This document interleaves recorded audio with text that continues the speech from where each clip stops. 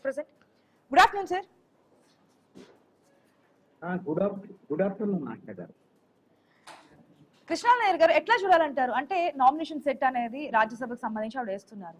ఒక ఎన్నిక జరగడానికి ఈ విధంగా ఉంటుందా, ఎన్నిక ఆపడానికి ఉపయోగించుకున్నటువంటి పరిస్థితుల ఏ విధంగా చూడాలి? అసలు ఆ కేసే లేదని తెలంగాణ కాంగ్రెస్ నాయకులు సీఎంతో సహా చెప్తున్నటువంటి విషయం. కానీ 2022లోనే ఒక కేసు ఉంది, 4th పర్సన్ గా నటరాజన్ ఉన్నారనేది మనకి వస్తున్నటువంటి ఇన్ఫర్మేషన్. ఎట్లా చూడాలి? నిజంగానే ఎఫ్ఐఆర్ లో ఉందా, దాచిపెట్టారా, తెలియక జరిగిందా? ఎవరి వైఫల్యం అనుకోవాలి, ఎవరిక్కడి నుంచి అందిస్తున్నారు అనుకోవాలి? మధ్యప్రదేశ్ లో కాంగ్రెస్ పార్టీ తరఫున రాజ్యసభ సభ్యత్వానికి తెలంగాణకు సంబంధించినటువంటి కాంగ్రెస్ పార్టీ ఇన్ఛార్జ్ గా ఉన్నటువంటి మీనాక్షి నటరాజన్ అక్కడ అభ్యర్థిగా నామినేషన్ చేయటము, ఇవన్నీ కూడా ఈ సమాచారం ఏదైతే ఆవిడమైన కేసులకు సంబంధించిన సమాచారాన్ని ఖచ్చితంగా అఫిడవిట్ లో పేర్కొనాల్సి ఉంటుంది. ఆ పేర్కొనకపోవటం అనేటువంటిది ఉద్దేశపూర్వకంగా కేసులకు సంబంధించినటువంటి వాస్తవ సమాచారాన్ని దాచిపెట్టారు అనేటువంటి అంశం మీదనే ఈ విధమైనటువంటి నామినేషన్ ని ఎన్నికల కమిషన్ అనేటువంటిది తిరస్కరించడం అనేటువంటిది జరిగింది.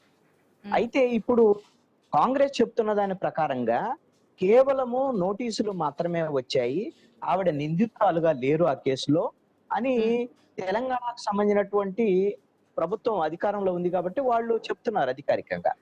ఇది ఎంత మేరకు కరెక్ట్ అనేటువంటిది వాస్తవంగా, ఎందుకంటే కేవలము ఎఫ్ఐఆర్ నమోదు కాకుండా ఆ కేసులో నిందితులుగా లేకుండా ఒక నోటీసులు మాత్రమే వాళ్ళకి ఆ మీనాక్షి నటరాజన్ కి ఇచ్చి ఉంటే ఆ కేసు ఉంది, కేసుకు సంబంధించినటువంటి వ్యవహారాన్ని దాచిపెట్టారు అనేటువంటి అంశం మీద నామినేషన్ ని తిరస్కరించేటువంటి అవకాశం ఉండదు.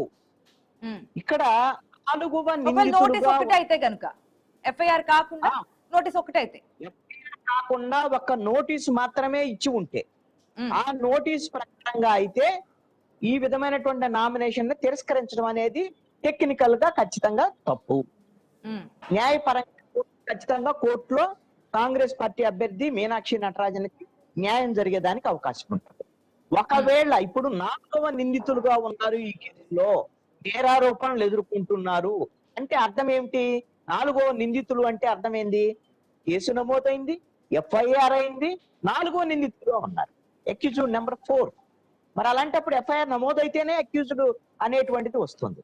కాబట్టి ఆ విధంగా ఆవిడ నిందితుల జాబితాలో ఉండి ఉంటే ఆ కేసు కోర్టులో కొట్టివేయకుండా ఆ కేసు వివరాలను చెప్పకపోతే వాస్తవాలను దాచిపెట్టినట్టుగానే భావించేదానికి అవకాశం ఉంటుంది ఎన్నికల కమిషన్ వైపు నుంచి. ఇక్కడ ఒక అంశాన్ని నేను చెప్పదలుచుకున్నాను. ఎవరైనా సరే ఈ రాజ్యసభ నామినేషన్లకు సంబంధించినటువంటి విషయంలో ఏవైనా చిన్న చిన్న పొరపాట్లు, తప్పులు ఒకవేళ ఉంటే వాటిని సరి చేసుకునేటువంటి అవకాశం కూడా ఎన్నికల కమిషన్ ఇస్తుంది. ఇదిగోండి మీకు చిన్న పొరపాటు, ఇదిగో మీ ఇక్కడ మీరు సంతకం ఇక్కడ పలానా ప్లేస్ లో సంతకం చేయలేదు, ఇదిగో ఈ వివరం నమోదు చేయలేదు, అలాంటి దానికి అవకాశం ఇచ్చేదానికి పరిస్థితులు కూడా ఉంటాయి.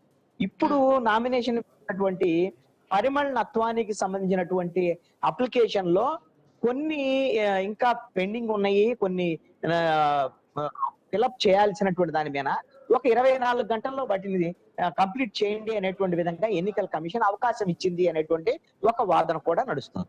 మరి అప్పుడు పరిమళనత్వానికి ఒకవేళ ఆయన అప్లికేషన్ సంబంధించినటువంటి విషయంలో వాటిని సరి చేసుకునేటువంటి అవకాశం ఇచ్చి మరి మీనాక్షి నటరాజన్ కి ఎందుకు మరి ఆ విధంగా ఒకవేళ మీరు ఏ కేసులకు సంబంధించినటువంటి వివరాలు మీరు నమోదు చేయలేదు, ఇంకేమన్నా ఉంటే మీరు సరిచేయండి, దీనికి సంబంధించినటువంటి విషయంలో వివరాలు తెలియజేయండి అని అడిగి ఉండొచ్చు కదా.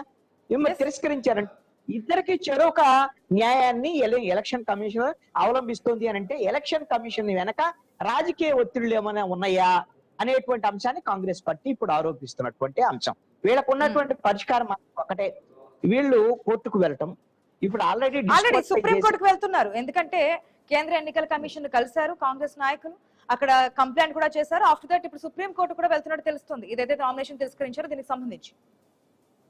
అదే సుప్రీం కోర్టు గిన వెళ్తే సుప్రీం కోర్టు ఈ న్యాయపరమైనటువంటి అంశాలని పరిశీలించి, అంటే ఎలా పరిశీలిస్తారు వాళ్ళు, తెలంగాణ డీజీపీకి సుప్రీంకోర్టు సమాచారాన్ని అడిగేదానికి అవకాశం.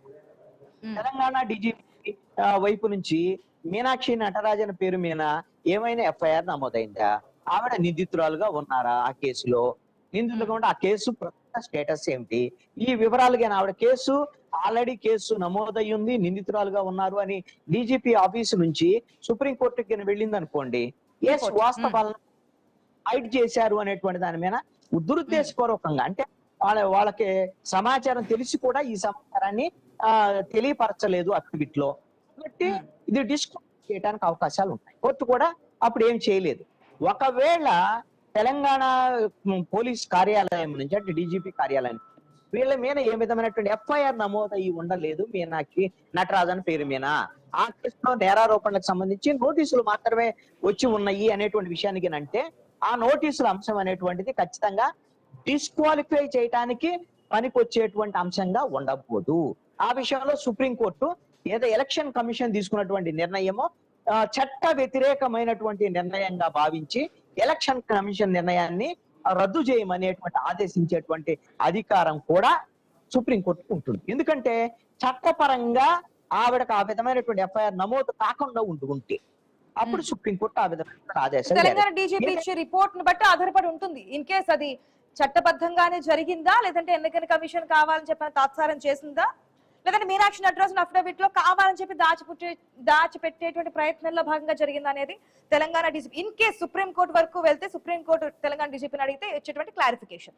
ఇక్కడ మరొక పాయింట్ కూడా ఉంది కదా కృష్ణాచారి గారు, బీజేపీ అది చెప్తూ కైలాష్ కూడా తెలంగాణ కాంగ్రెస్ నేతల నుంచే మాకు అందింది అంటున్నారు. దాన్ని ఎట్లా చూడాలి? దాన్ని మైండ్ గేమ్ అనుకోవాలా, లేదంటే నిజంగానే కాంగ్రెస్ పార్టీ తెలంగాణ కాంగ్రెస్ పార్టీ నుంచి ఏమైనా ఉప్పందింది అనుకోవాలా? వీళ్ళెవరికి తెలియనటువంటి ఇన్ఫర్మేషన్ అంటే వాళ్ళు ఏమంటున్నారు, ఏదే లేదు అని చెప్పి గంటాభిధంగా తెలంగాణ కాంగ్రెస్ గవర్నమెంట్ చెప్తుంది, సీఎం దగ్గర నుంచి మినిస్టర్స్ అందరూ కూడా. ఇక్కడ వీళ్ళకి తెలియనటువంటి టెక్నికల్ ఇష్యూస్ లేదంటే లీగల్ సంబంధించినటువంటి ఇష్యూస్ ఎవరికి తెలిసి అందించారు అనుకోవాలి? నిజంగానే ఆయన చేసిన కామెంట్స్ లో వాస్తవం ఎంత ఉంటుంది అనుకోవాలి?